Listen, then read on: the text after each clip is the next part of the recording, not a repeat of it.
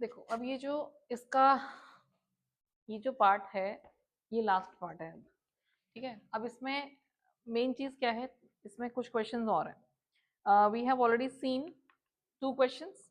पहला क्वेश्चन था टाइम के बारे में कि भाई टाइम कैसे डिवोट करते हो आप इतना, इसके लिए टाइम कैसे निकाल पाते हो।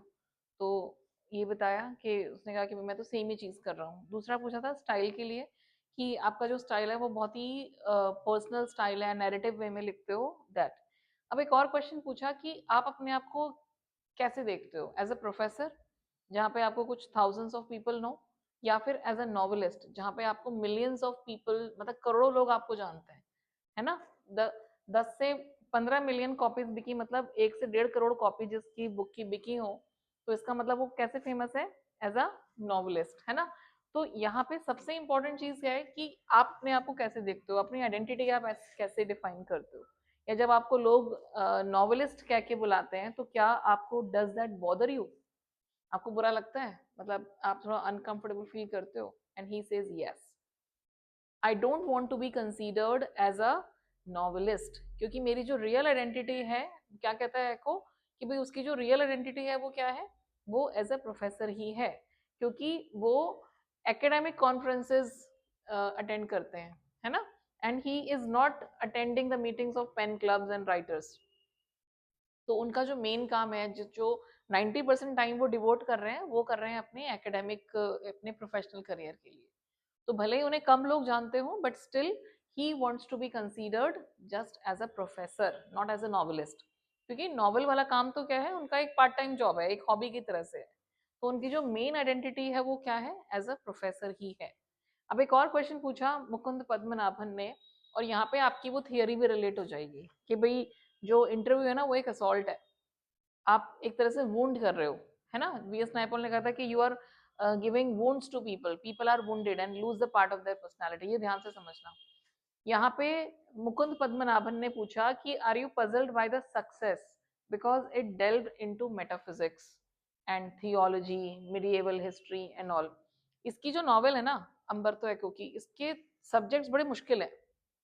थियोलॉजी, मेटाफिजिक्स, थियोलॉजी क्या होता है, रिलीजन से रिलेटेड चीजें, मिडिएवल हिस्ट्री, मिडिल एज की हिस्ट्री बहुत पुरानी, है ना।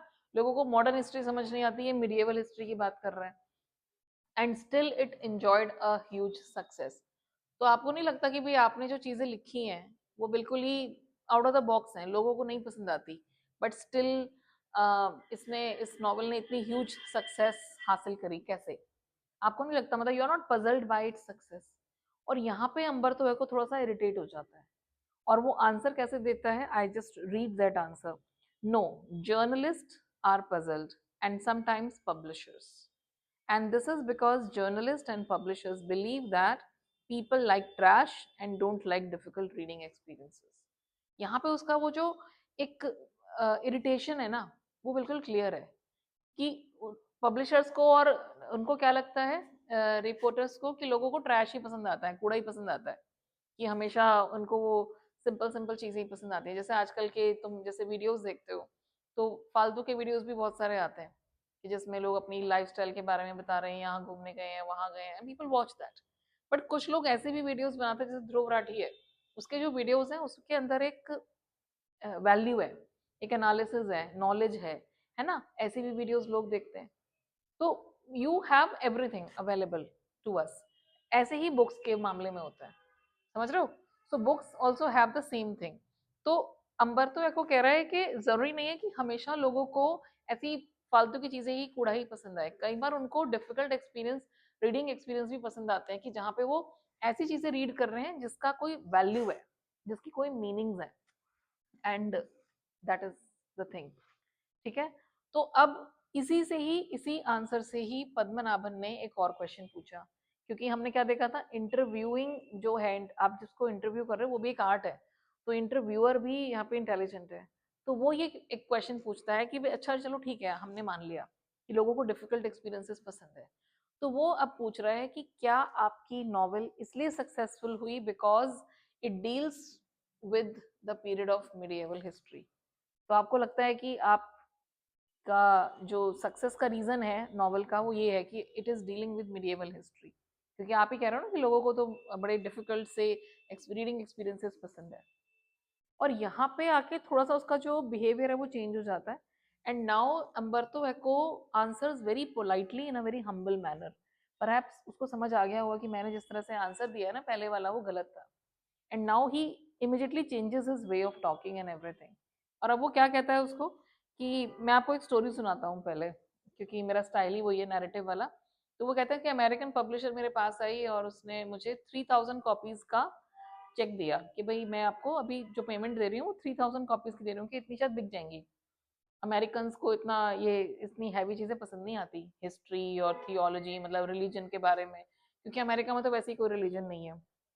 They don't follow any religion. पता है आपको अमेरिका जो है वो सेक्युलर कंट्री है ना। जैसे इंडिया भी सेक्युलर है लेकिन फिर भी हमारे पास एक मेजोरिटी हिंदूज की है, ऐसा वहाँ पे नहीं है। वहाँ पे कोई रिलीजन और उसको इम्पोर्टेंस नहीं मिलती। एंड स्टिल अमेरिकन रेड वहाँ पे 10 से मतलब 10 लाख से ज्यादा कॉपीज बिकी। 10 लाख भी नहीं, मैं गलत बोल रही हूँ। 2 to 3 मिलियंस। 2 मिलियन का मतलब हो गया, 3 मिलियंस का मतलब हो गया 30 लैक्स। तो 30 लाख कॉपीज का यूएस में बिकी। और पब्लिशर ने एडवांस कितने का दिया था? 3000 कॉपीज का। और बिकी कितनी? 3 मिलियन, मतलब 30 लाख। तो ये तो एक बहुत ही वास्ट डिफरेंस है। मतलब उसको भी आइडिया था कि भाई इससे ज्यादा नहीं बिकेंगे। तो मुकुंद पद्मनाभन ने कोई गलत क्वेश्चन नहीं पूछा था पहले, है ना। एंड नाउ ही सेज कि बड़ा खूबसूरत सा जवाब दिया उसने और बहुत ही हम्बल और polite. I really like this answer.